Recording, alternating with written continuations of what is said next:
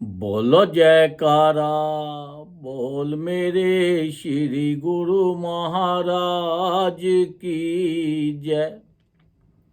सौभाग्यशाली प्रेमी गुरमुखो, ये जो संसार है इसके अंदर ऐसी ऐसी चीज़ें हैं जो हमें उलझा देती हैं, रास्ता हमारा भटका देती हैं। जब हम भजन ज़्यादा करते हैं तो संसारिक चीज़ें हमारे रास्ते में रुकावट बन जाती हैं। ये रिद्धियाँ और सिद्धियाँ सब हमारे पास आनी शुरू हो जाती हैं। हम सोचते हैं कि देखो हम ज़्यादा भजन करते हैं, हम जिसको जो बोलते हैं उसका काम बन जाता है, पर नहीं। क्योंकि ये जो रिद्धियाँ सिद्धियाँ हैं ये हमारे भजन में रुकावटें डालती हैं। जैसे हम किसी मंजिल पे जा रहे हों और रास्ते में हमें कोई लोग मिल जाएं और वो हमें इधर से इधर भटका दें तो हमें मंजिल पर पहुंचना तो बहुत मुश्किल हो जाएगा। ऐसे ही ये संसार के अंदर जब भजन ज़्यादा करते हैं तो ये रिद्धियाँ सिद्धियाँ भी हमारे आगे पीछे घूमती हैं। तो हमें इनसे भी बचना है, क्योंकि हमें ये जो मनुष्य शरीर मिला है ये संसार की चीज़ों का आनंद लेने के लिए मिला है, ना कि हम इसका दुरुपयोग करें, ये शरीर का इधर इधर की चीज़ों को यूज़ करें और भजन सत्संग अपना छोड़ दे। क्योंकि भजन ही हमारा असली सच्चा धन है, वही हमारे साथ जाएगा। अब देखो एक परिवार था, वो गरीब परिवार था। अब वो जो औरत थी परिवार में वो बहुत भजन करती थी, इतना भजन करती थी कि ज़रूरत से ज़्यादा। एक बार उसका हस्बैंड उसके पास आया और कहने लगा कि देखो आप तो इतना भजन करती हो, इतना तो मेरे से भी नहीं होता, मैं कोशिश तो बहुत करता हूँ पर मेरे से इतना भजन नहीं होता, पर आप तो बहुत ज़्यादा करते हो। जैसे ही वो हर टाइम मिलता तो वो अपने भजन में बैठ जाती थी। जब वो भजन में एक दिन बैठी तो उसके सामने एक सांप और सपनी का जोड़ा आ गया और उसका भजन जो था वो ध्यान हटके तो वो सांप सपनी में लग गया। वो काफ़ी कोशिश करे पर वो सांप सपनी हटते ही नहीं थे। जब तक वो अपने नियम के मुताबिक जितना टाइम उसने बैठना था वो बैठी रही भजन में और सांप सपनी उसकी आंखों के सामने रहे। पहले दिन तो उसने इग्नोर कर दिया, चलो कोई बात नहीं, ध्यान इधर चला जाएगा। जब दूसरे दिन फिर भजन पे बैठी और फिर सांप और सपनी दोनों सामने आ गए। अब फिर उससे परेशान हुई। फिर वो गुरु महाराज जी को याद करने लगी, महाराज ये कौन सा ये चीज़ है जो मेरे सामने आ रही है, मेरे भजन में रुकावट डाल रही है।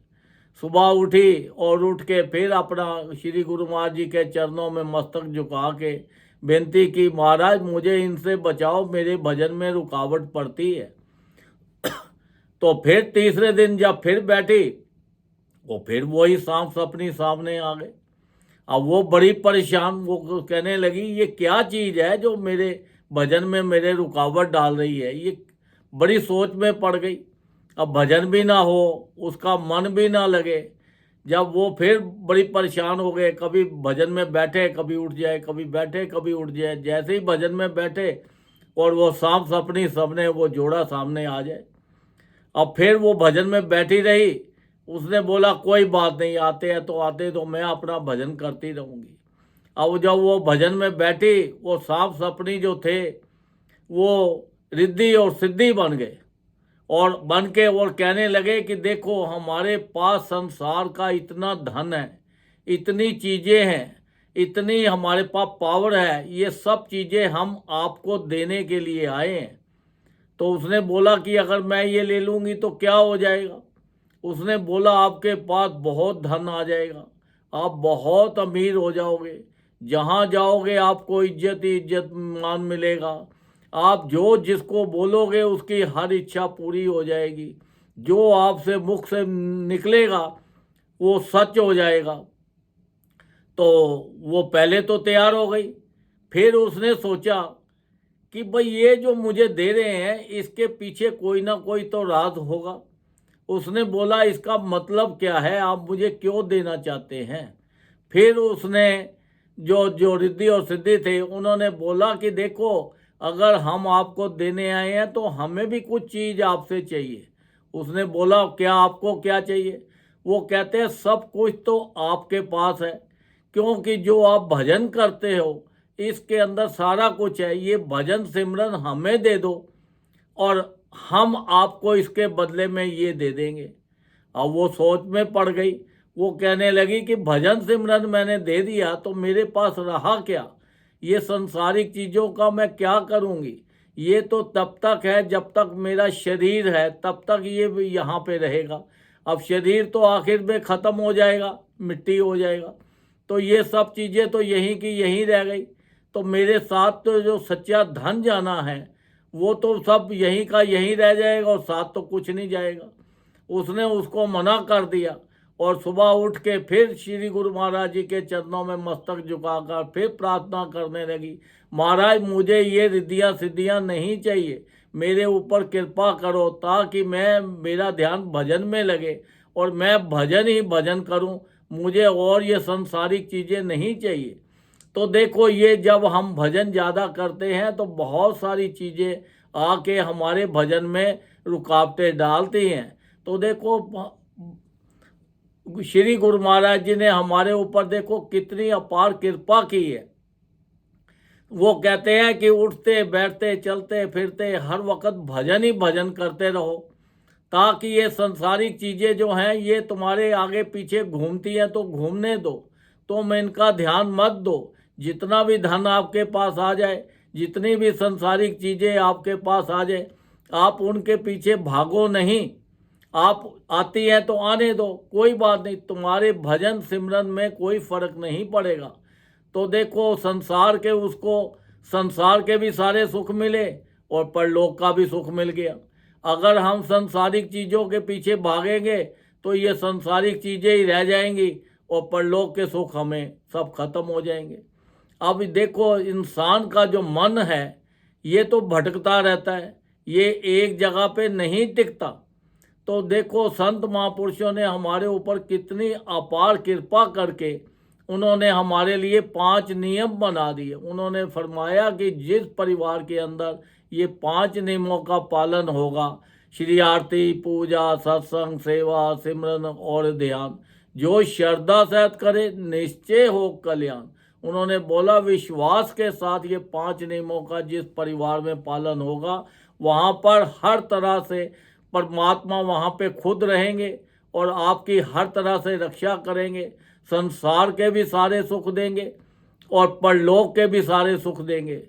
उस परिवार में ना कोई बीमारी आती है, ना कोई कष्ट आता है, ना कोई संसारिक दुख आता है। अगर आते भी हैं तो वो ऐसे ही हंसते हंसते चले जाते हैं। तो इसलिए देखो, हमारे ऊपर तो इतनी अपार कृपा की है। संत महापुरुष फरमाते हैं हर जीव को कम से कम 2 घंटे भजन जरूर करना चाहिए। अगर 2 घंटे कंटिन्यूस नहीं बैठ सकते तो 1-1 घंटा करके करो। अगर 1-1 घंटा करके भी नहीं कर सकते तो आधा-आधा घंटा करके करो। भजन जरूर करो, क्योंकि यही आपकी एक मेन चीज है, यही आपका एक सच्चा धन है। जो संसारिक धन है ये तो नकली धन है, ये तो आप जितना भी इकट्ठा कर लो, कुछ भी कर लो, ये तो सब हम जब शरीर छोड़ते हैं तो ये सब चीज़ें यहीं की यहीं रह जाती हैं। ये धन भी यहीं रह जाएगा, ये परिवार भी यहीं रह जाएगा, रिश्तेदार भी यहीं रह जाएंगे, कोई भी हमारे साथ नहीं जाने वाला। तो इसलिए ये देखो कि हमारे साथ क्या जाएगा। जो हमारे साथ जाने वाला तो ये भजन सिमरन है। ये हमें संसार के भी सारे सुख देता है और परलोक के भी सुख देता है।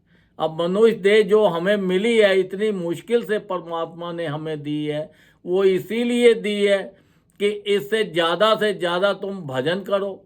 और इतना खूबसूरत, इतना बढ़िया जो माया नगरी बनाई है, ये संसार बनाया है, इसमें इतनी इतनी खूबसूरत चीज़ें हैं, इतना इतना कोई बढ़िया है, खाना है पीना है, हर चीज़ है।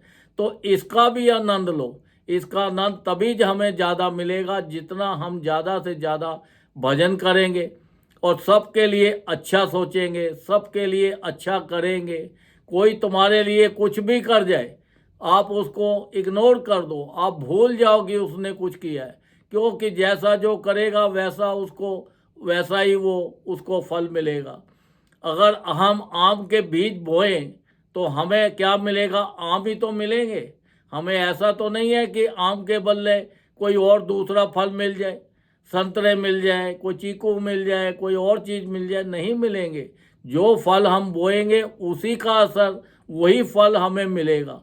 तो इसलिए हमें सबके लिए अच्छा सोचना है, किसी की निंदा नहीं करनी, किसी की बुराई नहीं करनी, चुगली नहीं करनी और अपना ज़्यादा से ज़्यादा भजन करना है, क्योंकि ये भजन धन ही एक ऐसा है जो हमारे साथ जाएगा और संसार के अंदर भी हमें ये सारे सुख देगा और परलोक के भी सुख देगा।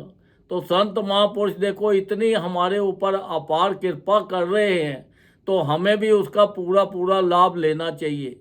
ये जो मनुष्य शरीर मिला है, ये मनुष्य शरीर का सही इस्तेमाल करना है, इसको गलत रास्ते पे नहीं जाने देना, क्योंकि ये जो मन भटकाएगा, जब मन भटकाएगा तो ये शरीर उस रास्ते पे जाएगा।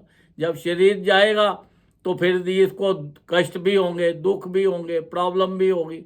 तो इसलिए अपने मन को भी कंट्रोल करना है और अपने शरीर को भी गलत रास्तों से बचाना है और शरीर को तंदुरुस्त भी रखना है, क्योंकि ये तंदुरुस्त रखोगे तो तभी आपका भजन होगा। अगर ये बीमार हो गया तो फिर आपसे भजन नहीं हो पाएगा, तो फिर तो ये सांसारिक तकलीफ ही तकलीफ भोगनी पड़ती है।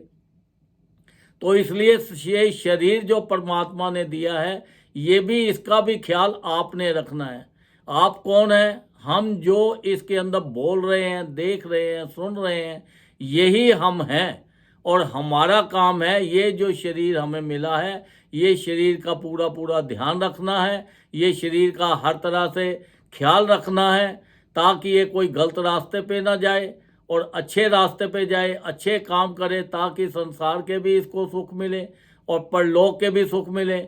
ज़्यादा से ज़्यादा भजन करके और अपने जीवन का पूरा पूरा लाभ उठाना है और उस जो संत महापुरुषों ने नियम बनाए हैं, उन नियमों का पालन करना है, उनके हुक्म में चलना है और ज़्यादा से ज़्यादा भजन करके अपने जीवन का पूरा पूरा लाभ उठाना है। बोलो जयकारा, बोल मेरे श्री गुरु महाराज की जय।